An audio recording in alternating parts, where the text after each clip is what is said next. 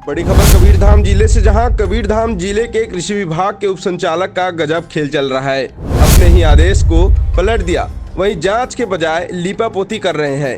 5 दिन के भीतर बदल दिया आदेश, उठ रहे हैं कई बड़े सवाल। छत्तीसगढ़ दिव्यांग संघ ने खोला मोर्चा, जांच हुई तो नप जाएंगे कृषि विभाग के उप संचालक।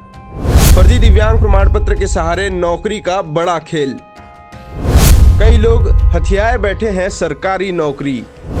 फर्जी प्रमाण पत्र के सहारे 3 लोग कर रहे हैं ग्रामीण कृषि विस्तार अधिकारी की नौकरी। जिले में 3 लोग कर रहे हैं फर्जी नौकरी, कल होगा बड़ा खुलासा। कवर्धा जिले के कृषि विभाग के उप संचालक की भूमिका संदिग्ध, अगले एपिसोड में नाम सहित और कारनामों का होगा उजागर। तब तक के लिए देखते रहें न्यूज़ प्लस 21, आपके हक की बात।